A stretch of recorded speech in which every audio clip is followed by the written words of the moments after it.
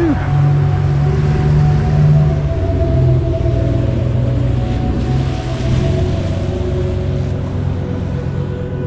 are out on a very cold New Year's Day here in Logan, West Virginia, on a mission.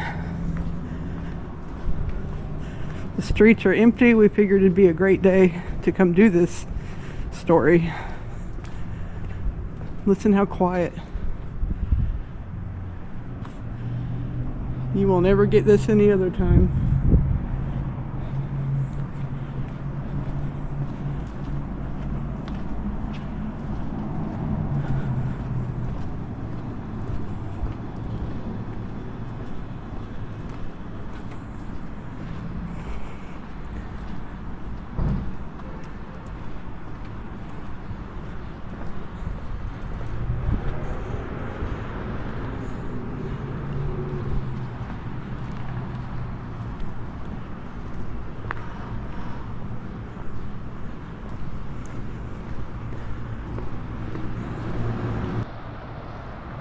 We're getting closer.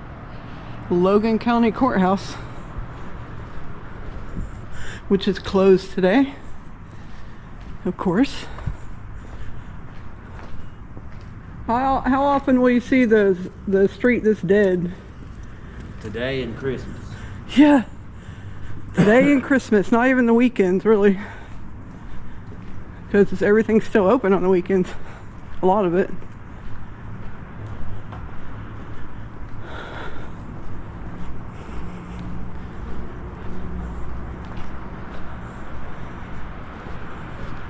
Woman's department store, been there for a long time.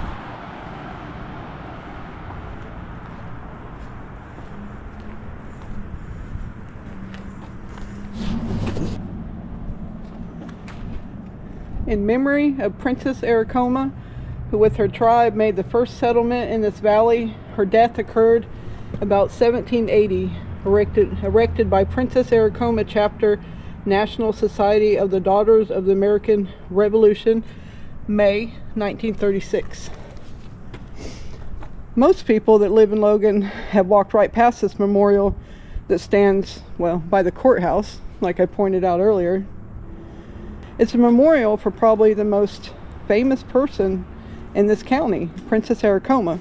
First, I want to say that the story of Aracoma is truth mixed with half-truths and perhaps even some untruth, but perhaps it's all true. Who knows, right? But that doesn't make her story unworthy of telling. The name of our channel is Hillbilly Files, Legends and Locations. We are not and never have been a history channel, and we don't desire to do that, though we try and deliver the history correctly, don't we, Leo? We try. We don't write books or focus on certain areas as historians might. We don't like to be confined to rules, which is how we ended up doing this in the first place.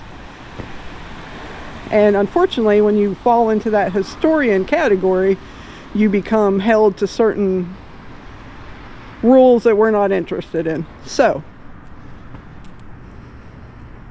without further delay, we bring you the story of Princess Aracoma.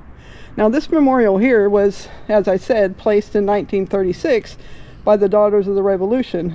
Now, this is a women's group that was founded in 1890, whose goal was to promote patriotism, education, and history, as well as preserving memories and locations.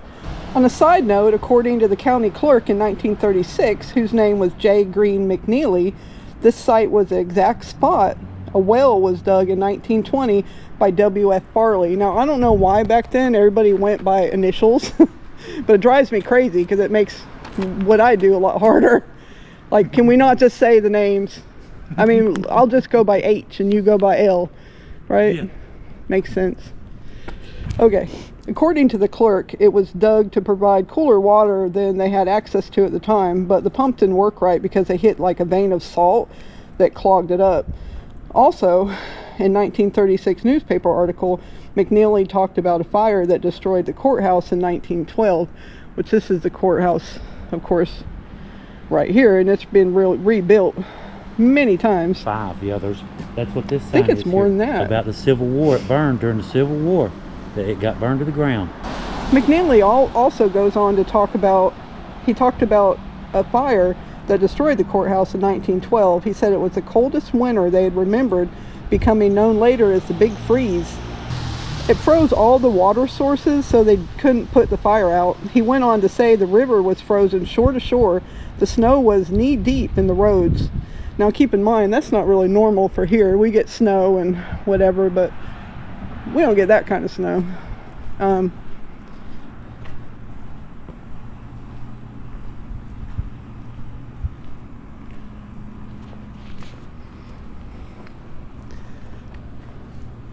Now there have been 6 courthouses in Logan's history, including one that was burned by Union forces during the Civil War. But back to Aracoma. Logan used to be called Aracoma, actually. Also, the old Logan Cemetery used to be called the Aracoma Cemetery. There was also the Aracoma Hotel that burnt down in, I think it was 2010. And there's an Aracoma pharmacy and just all kinds of, I know where Mamie Thurman, before she died, before she was murdered, the legend of Mamie Thurman we've covered, she actually got cigarettes, Lucky Strikes, at the Aracoma store. It's like a drugstore, right? Now first in the story there is the title of princess to contend with. Shawnee Heritage cites Aracoma not as a princess, but as a village head woman. So we'll go ahead and put this to rest. Native American cultures were not feudal-based societies like European cultures. In reality, there was no such thing as Indian princesses or, masters of war or anything like that, or princes for that matter. And many of the greatest chiefs in American history were actually shamans and not war chiefs at all. But all the same, that's the name she's remembered by. Aracoma was the daughter of Chief Cornstalk and Snake Moytoy. It's an interesting name, isn't it? Yeah, Snake Moytoy. Chief Cornstalk has a rich history in West Virginia. He was involved in the battle at Point Pleasant, and he was actually murdered there. Inscription. In this monument rests the remains of Ketugqua, better known as Cornstalk to the early settlers and frontiersmen. Chief Cornstalk was well known and respected by the white settlers and Indian tribes of the Ohio Valley. As chief of the Shawnees and head of the Northwestern Confederated Tribes, Cornstalk decided to make peace with the white man. However, he was forced to lead the attack on the Long Knives at the Battle of Point Pleasant on October 10, 1774. Although he survived the battle, he was murdered 3 years later by soldiers at Fort Randolph.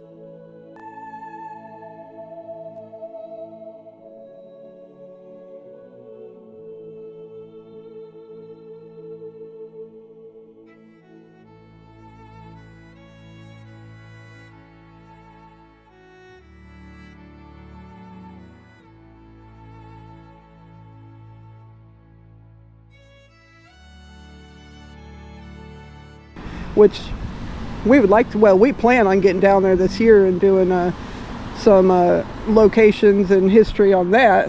But either way, after that happened, she splits off from her father's village and moves the new group of Shawnee settlers to what is now Meadowburg, or as they call it, Hatfield Island, on the Guyandotte River.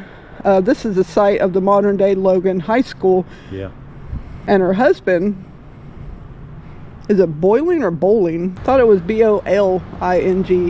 Why do I feel like someone's going to put it in the... Now it's bowling. Okay, anyways, we'll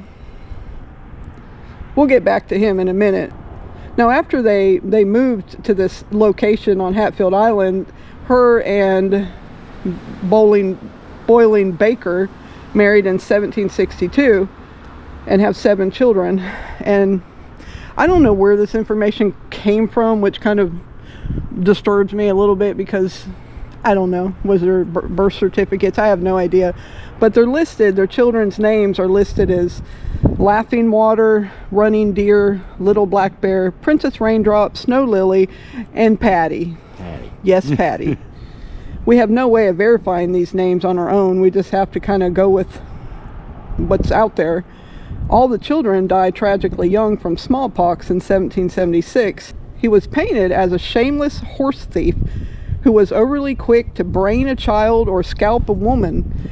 Now, if that's true, we won't know, but we do know he's a horse thief. Now, what does it mean to brain a child? It means to hit a child in the head with a gun. Or with anything? Just anything to bring out what, brain? Brain. Okay. Now, we have covered him being a horse thief on Horsepen Mountain. There's a whole historical sign and everything up there. Yeah, I'll put the link in the description, you guys, if you want to check it out. Leo and Danny actually metal detected up there. Leo and Danny here today, and we are out on in Mingo County. We are on the top of Horsepen Mountain. Okay, now this is the historical marker sign, and I'll read that to you real quick. Horsepen Mountain, nearby Boling Baker, white leader of the Shawnee Indians and husband of Aracoma, the daughter of Chief Cornstalk, held horses stolen from the white settlements. Recovery by owners, in effect, exterminated Baker's adopted tribe. So the traditional story of the account that became known as the legend of Aracoma were related by Cecil Goodall in her historical article, The Making of Logan, West Virginia Review, October of 1933. Let me hold this for you. Sure, thank you. As follows. The white renegade and horse thief Boling Baker, a deserter from the English army under the command of General Braddock, was in 1756 taken captive by the Shawnee. He was brought before the Shawnee Chief Cornstalk and his council and sentenced to run the gauntlet. Baker's courage in accepting his fate aroused the admiration of Princess Aracoma, the lovely 16-year-old daughter of Chief Cornstalk. She pleaded with her father that he spare his life. Cornstalk, being kind at heart, did spare Baker, and he became a member of the tribe and fell in love with Aracoma. Her father, when he became older, gave her a tribe of her own Indians to rule. She led her tribe in safety through the heart of the forest to the Guyandotte River. They built a beautiful village, and here the beautiful young princess married her lover. They did well and had many children. The princess and her husband ruled their tribe well and lived happily until a plague ravaged the settlement. Many of the tribe died. Among them was Aracoma's 6 or 7 children. We keep running into different numbers on that. The village, disheartened by the plague, they neglected their homes, their farming, their hunting, and their fishing. And Baker became discouraged as well. He now led his tribesmen to plundering raids. The thickly settled districts beyond the New and Clinch rivers made perfect targets. But, it said, after he led some natives to steal horses from settlers, a team led by John Breckinridge and William Madison came after them. Perhaps during the spring of 1780, the settlers pursued the raiders, resulting in a battle near Middleburg, known as Hatfield Island, also the current day location of the Logan High School. It's here that Aracoma is fatally wounded by the militiamen, but lives long enough to deliver the following speech to Madison. All right, we'll see you guys at the high school, where she supposedly actually gave her speech. So how neat is this? This actually was a Indian village. We're on an island. When you come over the bridge right here, it says welcome to the island. Look at the pretty mountains with snow in there, snow in the mountains.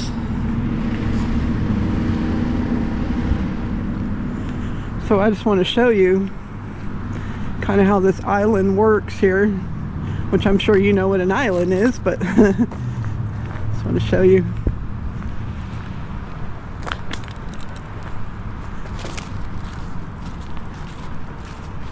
So if you can imagine back in 1700s how beautiful this was, quiet, all these cars weren't going by, you know, wires and metal contraptions weren't there.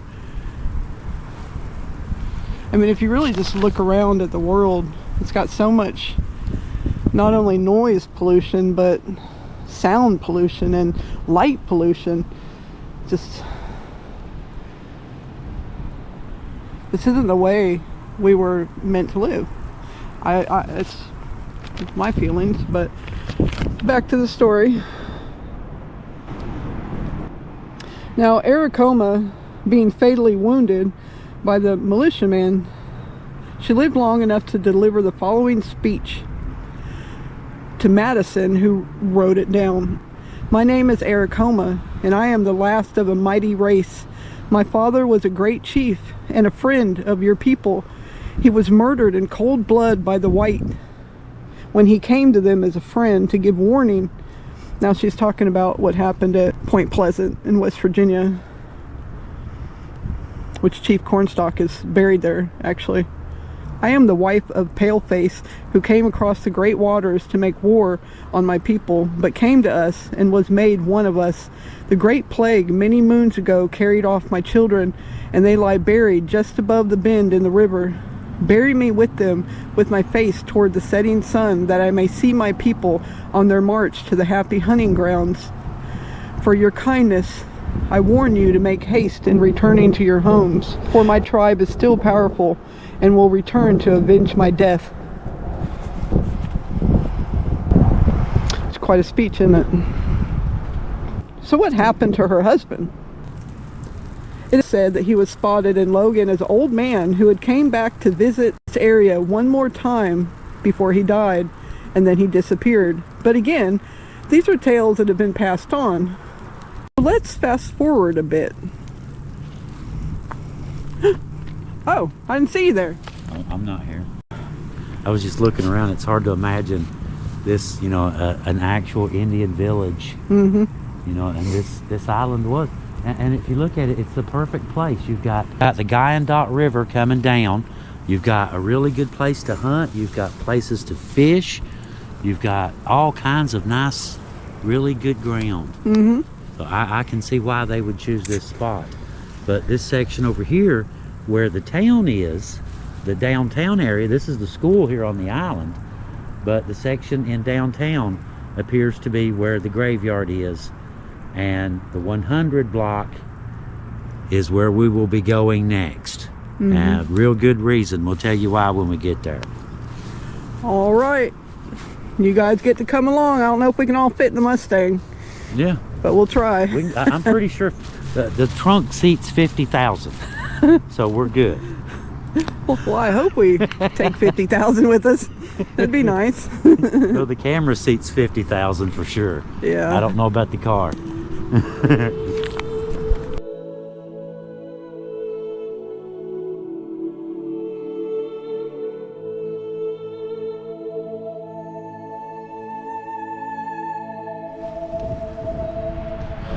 And I'll try to speak up here. I'm sure it's going to get a little bit louder.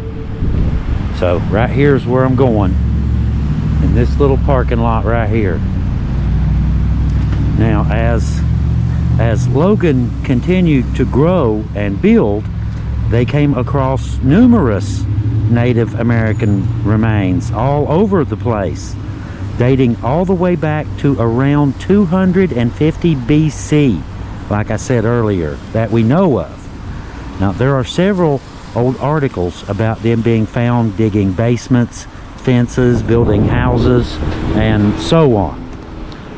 We did another story just right over here about 40 skeletons being found under one building here, and I'll put a link to that in the description below. But today we are focusing on Aracoma herself and her family.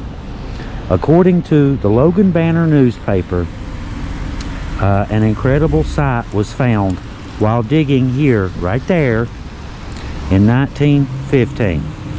It was uncovered on the 100 block of Stratton Street, right where were you looking at? You're looking at it.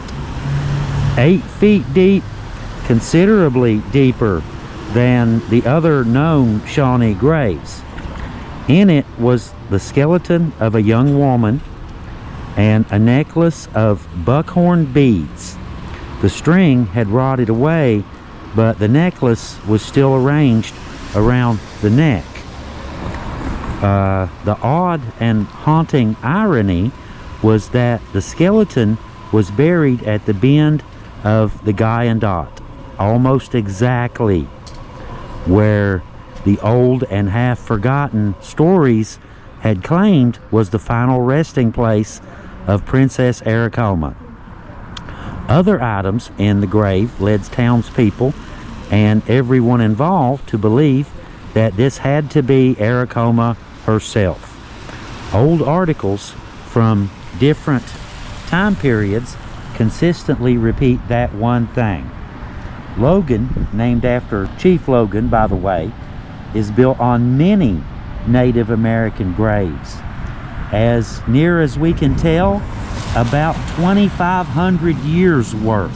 Far too many to count. And they are all still down there, underneath the town, right now.